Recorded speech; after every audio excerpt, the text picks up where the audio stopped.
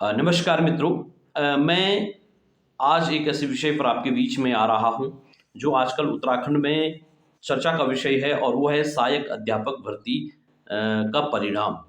सहायक अध्यापक भर्ती जो संपन्न होती है वो 18 अगस्त को परीक्षा संपन्न हो जाती है। आज विगत 3 माह बीत चुके हैं। 3 माह बीतने के बाद भी सहायक अध्यापक भर्ती का परिणाम हमारे सम्मुख नहीं है, जबकि आयोग के अध्यक्ष माननीय मार्तोलिया जी द्वारा लगातार 3 बार मीडिया में यह बयान दिया गया कि 2 दिन पहले रिजल्ट तैयार है, 10-15 दिन में रिजल्ट आ जाएगा। लगातार उन्होंने ये बयान दिए हैं।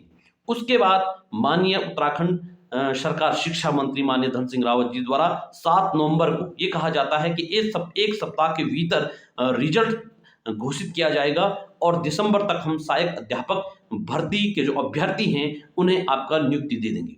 लेकिन क्या होता है कि फिर एक बार आयोग के अध्यक्ष माननीय मार्तोलिया जी ब्रॉडकास्ट में आते हैं और ब्रॉडकास्ट में माननीय मार्तोलिया जी कहते हैं कि दरअसल इसका रिजल्ट जो है वो तैयार हो चुका है और हम इसलिए इसको घोषित नहीं कर रहे हैं। दरअसल ये उच्च न्यायालय में विचाराधीन है और उच्च न्यायालय के माननीय न्यायाधीश महोदय ने इस रिजल्ट को घोषित न करने के लिए हमें मौखिक आधार पर कहा है। ठीक है, तो ये पूरा मामला रहता है। लेकिन ये याचिका किसने की है? ये याचिका की है अतिथि शिक्षकों ने, जो लंबे समय से अपनी सेवाएं शिक्षा मतलब माध्यमिक में दे रहे हैं। अब अतिथि शिक्षकों ने ये रिट याचिका जो है उच्च न्यायालय में दी है। उच्च न्यायालय में लगातार इस पर सुनवाई चल रही है। इस पर लगातार डेट पे डेट आ रही है और डेट पे डेट आने के बाद जो उन्होंने अतिथि शिक्षकों ने जो इस पर अपनी रिट में उल्लेख किया है कि हमें सीधी भर्ती में क्या किया जाए, वेटेज दिया जाए। लेकिन जो अतिथि शिक्षकों की सेवा शर्त नियमावली है उसमें उन्होंने स्पष्ट रूप से कहा है कि जब हम सेवा को ज्वाइन कर रहे हैं उनकी सेवा शर्त नियमावली में कहीं भी उल्लेख नहीं है कि अतिथि शिक्षकों को सीधे भर्ती में कहीं भी वेटेज या ये लोग अस्थायी नियुक्ति की मांग करेंगे, क्योंकि इन्होंने अस्थायी नियुक्ति की मांग करेंगे या इसके लिए ये आंदोलन करेंगे। आपका अतिथि शिक्षक बनाम आलोक परमार केस जो सुप्रीम कोर्ट में होता है आपका, उसमें सुप्रीम कोर्ट ने साफ डिसीजन दिया था कि जो अतिथि शिक्षक है ये अस्थायी नियुक्ति है, ये परमानेंट नियुक्ति नहीं है। और दरअसल इनकी सेवा शर्त में भी इस तरह का कोई भी उल्लेख नहीं है कि इन्हें जो सीधी भर्ती है उसमें वेटेज या इस प्रकार के अंक दिए जाएंगे। लेकिन उसके बाद भी इन लोगों ने याचिका वहां पर की है, इस पर दलील चल रही है। लेकिन अभी हाल ही में सर्वोच्च न्यायालय का एक डिसीजन आया है जिसमें यह कहा गया है कि जो गतिमान परीक्षाएं हैं जिनकी विज्ञप्ति आ चुकी है, जिनका पेपर हो चुका है, उन परीक्षाओं में नियमावली में किसी भी प्रकार का कोई संशोधन नहीं किया जाएगा।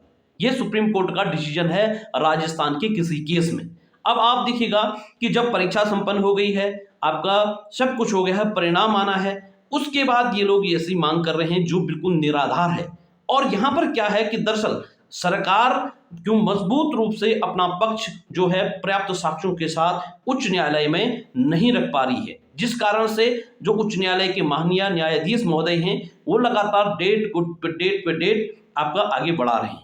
लेकिन 28 तारीख को उच्च न्यायालय ने स्पष्ट कहा है कि सरकार मजबूत साक्ष्यों के साथ आपका उच्च न्यायालय में उपस्थित हो। और यही हम सब बेरोजगार चाहते हैं, जिन लोगों ने तैयारियां की हैं, लंबे समय से संघर्ष देखा है, बहुत संघर्षों से तैयारियां की हैं, पेपर दिया है। आपको पता है कि उत्तराखंड में पहला विज्ञप्ति निकलना एक संघर्ष होता है, विज्ञप्ति के बाद पेपर होना एक संघर्ष होता है, पेपर के बाद रिजल्ट घोषित होना एक संघर्ष होता है। तो आप लड़कों ने क्या कर दिया है कि लड़कों ने जब वहां पर सरकार का वकील इस प्रकार या सरकार मजबूत रूप से अपने साक्ष्य नहीं रख पाती है तो लड़के मजबूरन रूप से अपने निजी वकील करने के लिए बाध्य हैं और कर्ज भी दिया है, जिसके लिए लड़कों ने विभिन्न समूह का निर्माण किया है और उसके तहत वो फंडिंग कर रहे हैं। लेकिन एक विषय सोचनीय है, उत्तराखंड का दूर दराज का क्षेत्र, पिथौरागढ़ का रहने वाला, उत्तरकाशी का रहने वाला, चमोली का रहने वाला बच्चा जो देहरादून, हल्द्वानी, विभिन्न उत्तराखंड के शहरों में किस विषम परिस्थितियों में और आर्थिक तंगी में तैयारी करता है, वो छात्र आप एक तो बेरोजगारी से जूझने के लिए संघर्ष करेगा और उसके बाद वो न्यायालय में आपका अपने वकील लग के अपने पैसे देकर सरकार जो सरकार का काम है उस काम को वो करेगा। कितना तर्कसंगत है।